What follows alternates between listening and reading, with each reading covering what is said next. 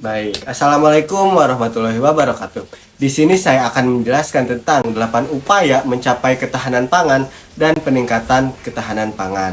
Tapi sebelum itu, perkenalkan nama saya Farhanurul Hakim, mahasiswa S1 Kesehatan Masyarakat Universitas Siliwangi, dengan nomor pokok mahasiswa 234101043. Nah, baik, poin pertama yaitu memperbaiki mata pencaharian dengan fokus pada produktivitas pertanian. Nah, peningkatan produktivitas pertanian sangat penting untuk menjaga ketersediaan pangan, terutama bagi masyarakat pedesaan yang bergantung pada sektor pertanian sebagai sumber mata pencaharian. Nah, langkah ini tuh dapat dilakukan dengan melalui penyuluhan pertanian, penggunaan teknologi pertanian, serta memberikan akses terhadap pupuk dan benih berkualitas. Nah, di Indonesia sendiri ada program sendiri teman-teman, yaitu program Serasi, Selamatkan Rawa, Sejahterakan Petani, yang berfokus pada optimalisasi lahan rawa untuk meningkatkan produksi pertanian. Nah, ini tuh didukung oleh teori Norman Borlaug, pencetus varietas gandum kerdil di Meksiko. Di Meksiko dianggap sebagai bapak revolusi hijau. Nah, varietas gandum yang ia kembangkan di sana menjadi model bagi apa yang dapat dilakukan pada tanaman pokok lainnya di seluruh dunia. Nah, ini tuh menekankan peningkatan hasil pertanian melalui penggunaan teknologi, pupuk, dan irigasi. Baik, poin kedua itu ada peningkatan ketahanan populasi rentan. Populasi rentan seperti petani kecil, masyarakat miskin, dan daerah rawan pangan harus mendapatkan perhatian yang khusus agar dapat memiliki akses terhadap pangan yang cukup. Langkah-langkah yang dapat dilakukan mencakup program bantuan sosial, subsidi pangan, serta program pemberdayaan ekonomi berbasis komunitas. Nah, adapun contoh program di Indonesia yaitu program Rastra, Beras Sejahtera, yang memberikan bantuan beras kepada masyarakat miskin. Nah, ini tuh didukung dengan teori keadilan sosial oleh John Lewis, menekankan perlunya distribusi sumber daya yang lebih adil untuk kelompok yang rentan. Baik, poin ketiga itu perbaikan penelitian, inovasi, dan komersialisasi pertanian dan gizi. Mungkin ini gak beda jauh sama poin satu tadi. Mungkin poin yang satu itu lebih ke fokus petaninya, sedangkan ini ke risetnya. Nah, penelitian dalam bidang pertanian dan gizi sangat penting untuk menghasilkan varietas tanaman yang unggul, teknik budidaya yang lebih efisien, serta produk pangan yang lebih bergizi. Nah, inovasi juga harus dikomersialisasikan agar dapat dimanfaatkan secara luas oleh masyarakat. Nah, contoh program di Indonesia yaitu banyak sih, seperti pengembangan varietas padi unggul oleh Balai Penelitian Tanaman Pangan untuk meringankan hasil panen.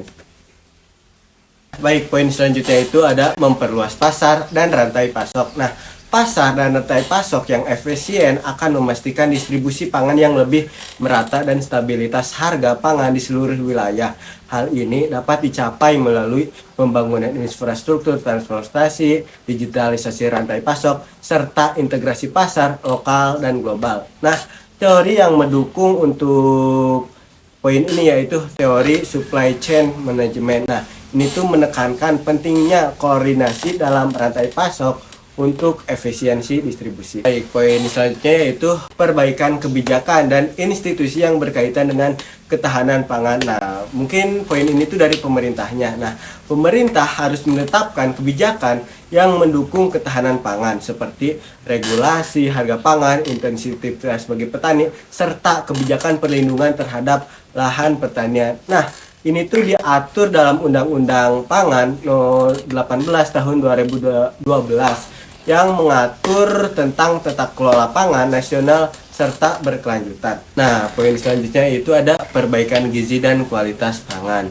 Ketahanan pangan tidak hanya soal kuantitas, tetapi juga kualitas pangan. Oleh karena itu, peningkatan gizi masyarakat melalui edukasi, fortifikasi pangan, serta peningkatan akses terhadap makanan bergizi harus dilakukan. Nah, contoh program di Indonesia sendiri itu adalah program pemberian makan tambahan atau PMT bagi balita dan ibu hamil untuk mencegah stunting.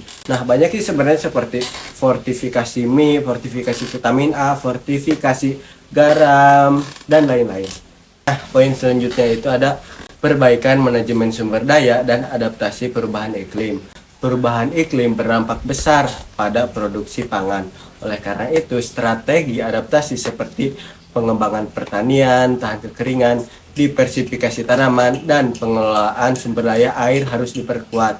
Nah, di Indonesia sendiri ada nih programnya, yaitu program Climate Smart Agriculture yang diterapkan oleh Kementerian Pertanian untuk menghadapi perubahan iklim. Nah, poin terakhir itu ada perbaikan kesetaraan gender dan pemberdayaan wanita. Nah, perempuan memiliki peran besar dalam sektor pertanian dan ketahanan pangan.